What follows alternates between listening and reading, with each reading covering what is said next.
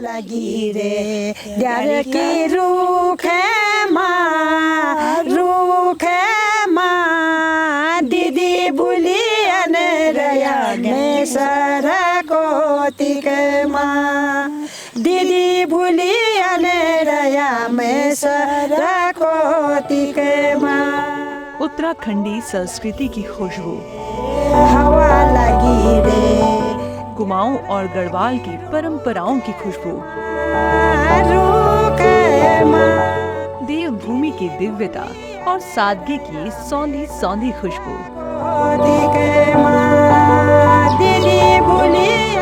ये खुशबू बिखेर रहा है देहरादून और ऋषिकेश के बीचों बीच मौजूद पठाल होमस्टे।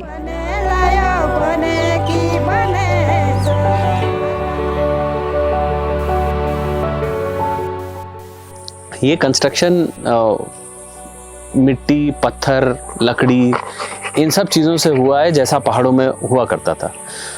तो एसेंशियली उसमें क्या है, हम कंक्रीट का कम इस्तेमाल कर रहे हैं, तो नदियों में जो खनन है वो ऑटोमेटिकली थोड़ा कम हो रहा है। एक तरीके से कार्बन फुटप्रिंट कम हो रहा है क्योंकि हम जो लोकल रिसोर्सेज हैं उन्हीं का इस्तेमाल करके उन्हीं से घर बना रहे हैं।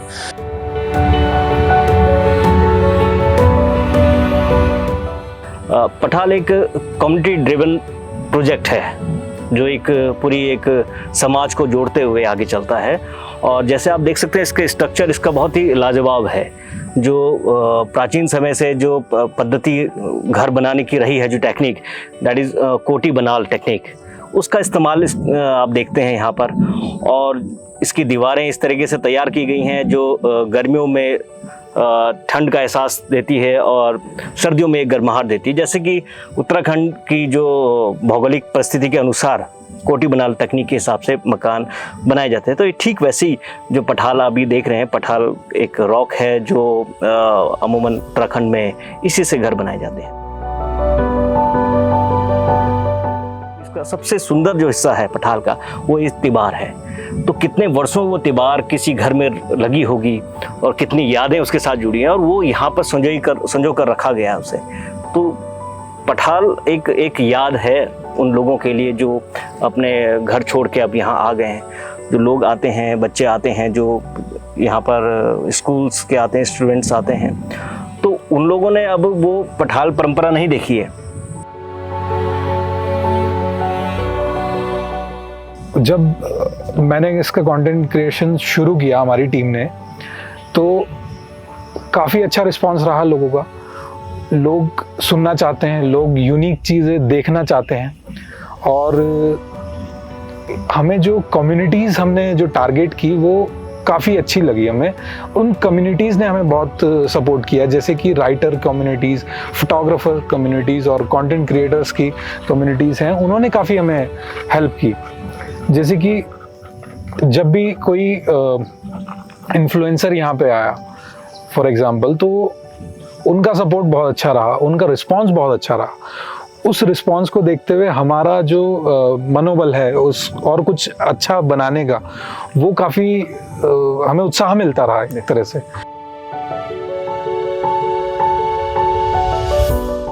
मेरी वाइफ दीप्ति जो है वो एक इंटीरियर डिज़ाइनर है और उसका और मेरा, हम दोनों का ये हमेशा से दिमाग में रहा है कि हम नेचर के नज़दीक रहें, जितना पहाड़ों के क्लोज रहें उतना। और दीप्ति की बड़ा कीन इंटरेस्ट था कि हम एक पहाड़ी घर अपने लिए बनाएं।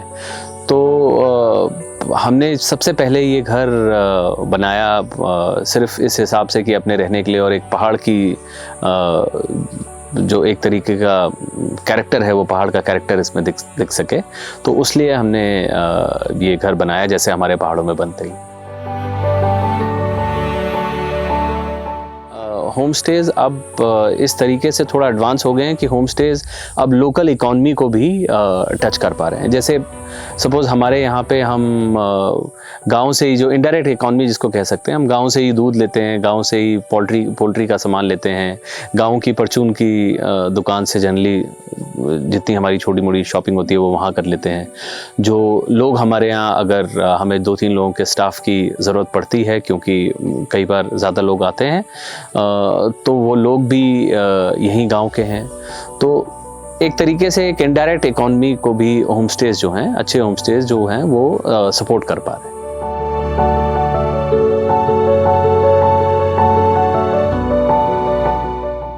गाँव का रहने वाला हूँ, ये पठाल के नज़दीक का रहने वाला हूँ। और जब से मेजर साहब ने यहाँ लिया तब से इनके साथ मेरा संपर्क है। मैं मेरे से जैसे दूध दाद होता है, कभी दही दुही होती है, कोई हरी सब्जी जो हम उगाते हैं तो लेके आ जाता हूँ मैं। यहाँ पे हमने खाना बनाया, आलू की खिचड़ी हो गई और लिंगड़े हो गए, हरी सब्जी हो गई, गहत की दाल हो गई और तोर की दाल हो गई। ये सारे जितना भी खाना है, ये सब हम गढ़वाली खाना जितना भी है बनाते हैं यहाँ पे, और गेस्टों ने हमें अच्छा ही बोला है।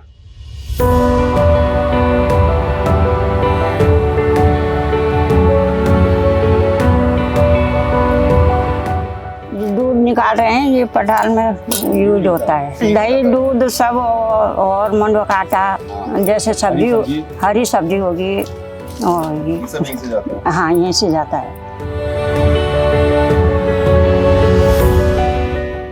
भारत जो है वो एक ट्रेडिशनल कंट्री है। हम लोग सब ट्रेडिशंस पे अपने जो हमारे माजी पिताजी ने सिखाया, जो पूर्वजों ने सिखाया, जो हमने अपने ग्रंथों में और अपनी कहानियों में, पुरानी कहानियों में पढ़ा है, उसमें सब में हमारी ट्रेडिशन की और कल्चर की बहुत ज़्यादा वैल्यू रही है। और आगे जब हम लाइफ में काम करते हैं या दुनिया भर में भी हम कहीं भी यहाँ से, अब हमारे देश से लोग जाते हैं तो वो अपने कल्चर ट्रेडिशन के लिए जाने जाते हैं। इसलिए हमें भी ये लगता है कि हम अपनी जगह को, और इतनी डाइवर्सिटी है हमारे देश में, जगह जगह पे हर 100-150 किलोमीटर में बोली चेंज हो जाती है, कल्चर ट्रेडिशन चेंज हो जाते हैं। लेकिन उत्तराखंड की अपनी एक एसेंस है कल्चर की, ट्रेडिशन की, जिसमें सिंप्लिसिटी है, ईमानदारी है, हार्ड वर्क है, जिसके लिए हम लोग सारी दुनिया में जाने जाते हैं। तो उस चीज़ को सहेज के रखने का भी एक हमारा बहुत बड़ा अटेम्प्ट रहा ये। हम कोशिश ये करते हैं कि जब भी लोग यहाँ आएँ तो हम उनको लोकल ड्रेसेस से रूबरू कराएं कि लोकली लोग क्या पहनते थे, किस तरीके के गहने इस्तेमाल हो रहे थे। उसके अलावा हमने यहाँ जो हमारे वाद्य यंत्र हैं, ढोल दमाऊ जो बड़े फेमस हैं, वो हमने रखे हुए हैं, पुरानी चीज़ें रखी हुई हैं। तो लोग आके उनको देखते हैं, उनके बारे में समझते हैं। ये स्ट्रक्चर अपने आप में जो ऊपर जैसे तिबारी इसमें लगी हुई है, तो वो स्ट्रक्चर अपने आप में भी एक तरीके से ट्रेडिशन और कल्चर को रिप्रेजेंट करता है, और बड़े अच्छे से, और लोग बहुत अप्रिशिएट करते हैं जब आते हैं। तो मेरे लिए तो ये अल्टीमेट लग्जरी है। मुझे लगता है कि इससे बेटर नहीं हो सकता। मैं भगवान की दया से 20-25 कंट्रीज़ में अलग अलग टाइम पे घूमा हुआ हूँ, मैंने सब देखा हुआ है, और सब देश अच्छे हैं, सब जगहें भी बहुत अच्छी हैं। लेकिन जब आप एक घर वाली जो फीलिंग आती है, एक जो रॉ नेचर जो उत्तराखंड स्टेट ऑफर करता है, वो रॉ नेचर जो है वो समहाउ कई जगह मिसिंग है। दीदी भूली अनेरया में सर